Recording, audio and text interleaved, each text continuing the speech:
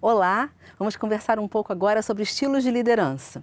E para isso a gente vai fazer uma revisão de alguns estilos, a gente falou de 4 deles em alguns momentos e a gente apresenta um estilo, não é novo, mas a modalidade mais recomendada de estilo de liderança nesse momento, né? Então a gente vai rever estilo autocrático e democrático, estilo liberal e situacional, e depois a gente entra no Leader Coach e vai falar muito sobre ele, tanto discutindo conceitos quanto avaliando ações que caracterizam o Leader Coach, trazendo para vocês uma oportunidade de pensar no seu desenvolvimento. Bom, bibliografia. E a gente entra nos estilos de liderança. A gente passa por uma revisão do conceito de liderança. Lembra que a gente falou lá atrás que essa capacidade de influenciar um conjunto de pessoas para atingirem objetivos em comum, objetivos e metas. E aí, liderança, seja lá qual for a definição, envolvendo influência, líderes e liderados. Então, falando de influência, né, o estilo de liderança está falando muito sobre influência. Você pode ter influência através do cargo que você ocupa ou sancionada, ou seja, que lhe é dada através da própria equipe, através das próprias pessoas com as quais você trabalha. Então, ou você tem a liderança através do cargo, ou você tem a liderança oriunda do grupo, ou você pode eventualmente ter as duas coisas.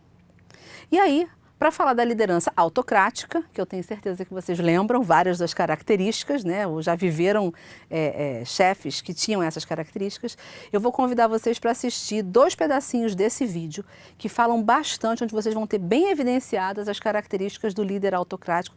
Filme maravilhoso, tipo Sessão da Tarde, vale a pena assistir 10 vezes, tá bom? Então, quem não assistiu ainda, O Diabo Veste Prada é uma lição desse estilo de liderança. Então, gostaria que vocês parassem agora o nosso vídeo, assistissem a esses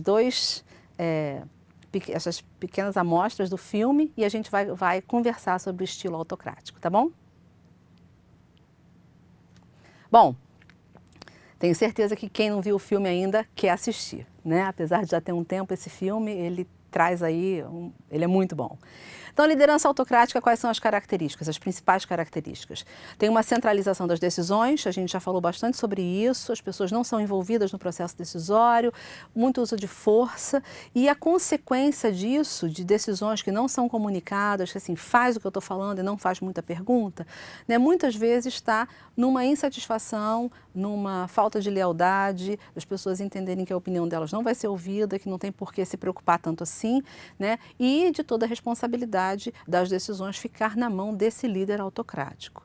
Então, a gente fala que todo o direcionamento é dado por ele, né? E muitas vezes o poder é exercido à força e em função da hierarquia, né? Do cargo que ele ocupa. Então, a gente fala muito que a gente tem a impressão que não existem mais líderes autocráticos, né? Mas eu tenho certeza que a gente vai pensar e vai ver mirandas por aí, né? Como a gente viu no vídeo. Quais são os impactos disso? Ele costuma ser temido pelas equipes, o ambiente de trabalho fica tenso, altos níveis de frustração, pouca colaboração, muito estresse, né? Às vezes as pessoas ficam até doentes e tem esse nível, essa redução de envolvimento que eu mencionei. E em termos de entregas, quais são os impactos que as entregas trazem, né? Elas trazem muitas vezes resultados rápidos, o líder acabou de entrar, entrega resultado no curto prazo.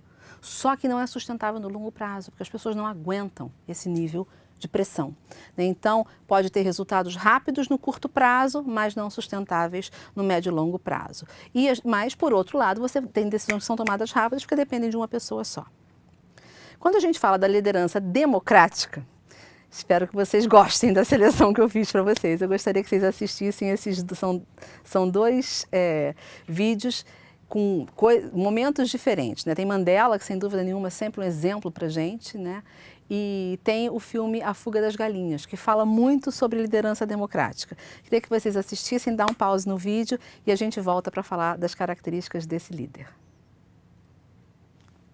Bom, espero que vocês tenham se divertido aí com o primeiro vídeo e tenham se ficado muito apaixonados por Mandela, né, com o filme feito a respeito da vida dele. Então, a liderança democrática, o que a gente vê nesses 2 exemplos, né, uma capacidade de representar o grupo através da opção dos liderados. Uma autoridade que é consentida, né? O poder resultando do grau de apoio que você recebe dos liderados e eles sendo convidados a participarem das decisões. Essa decisão costuma ser muito tomada em conjunto e todos se tornam corresponsáveis. Na medida em que eu participo, em que eu dei minha opinião, em que eu fui ouvido, que tomamos a decisão juntos, eu sou responsável pelo que vai acontecer. Quando a gente olha para os impactos, a gente fala que os liderados, por serem ouvidos, orientados, etc., o líder não precisa exercer o poder pela força, né? Quando ele não está presente, o trabalho continua, porque as pessoas são responsáveis pelas decisões e pelas metas e pelos objetivos estabelecidos. Então, todos são responsáveis, né? Tem um bom relacionamento, normalmente, entre as equipes e os indivíduos e uma preocupação desse líder tanto com a tarefa quanto com o grupo. Quais são os riscos? Primeiro, uma demora na tomada de decisão. Se quer muita gente participe, vai demorar, né? Pode demorar. A busca constante de apoio do grupo, dependendo do estilo do líder, né? Ele pode buscar demais o apoio do grupo e o consenso é muito difícil, né? As decisões não agradam a todos, então o líder democrático vai ter que lidar com essas situações no seu dia a dia. Bom, a gente vai parar aqui nessa primeira revisão, bem rapidinho, e a gente vai continuar depois com a revisão dos 2 outros estilos.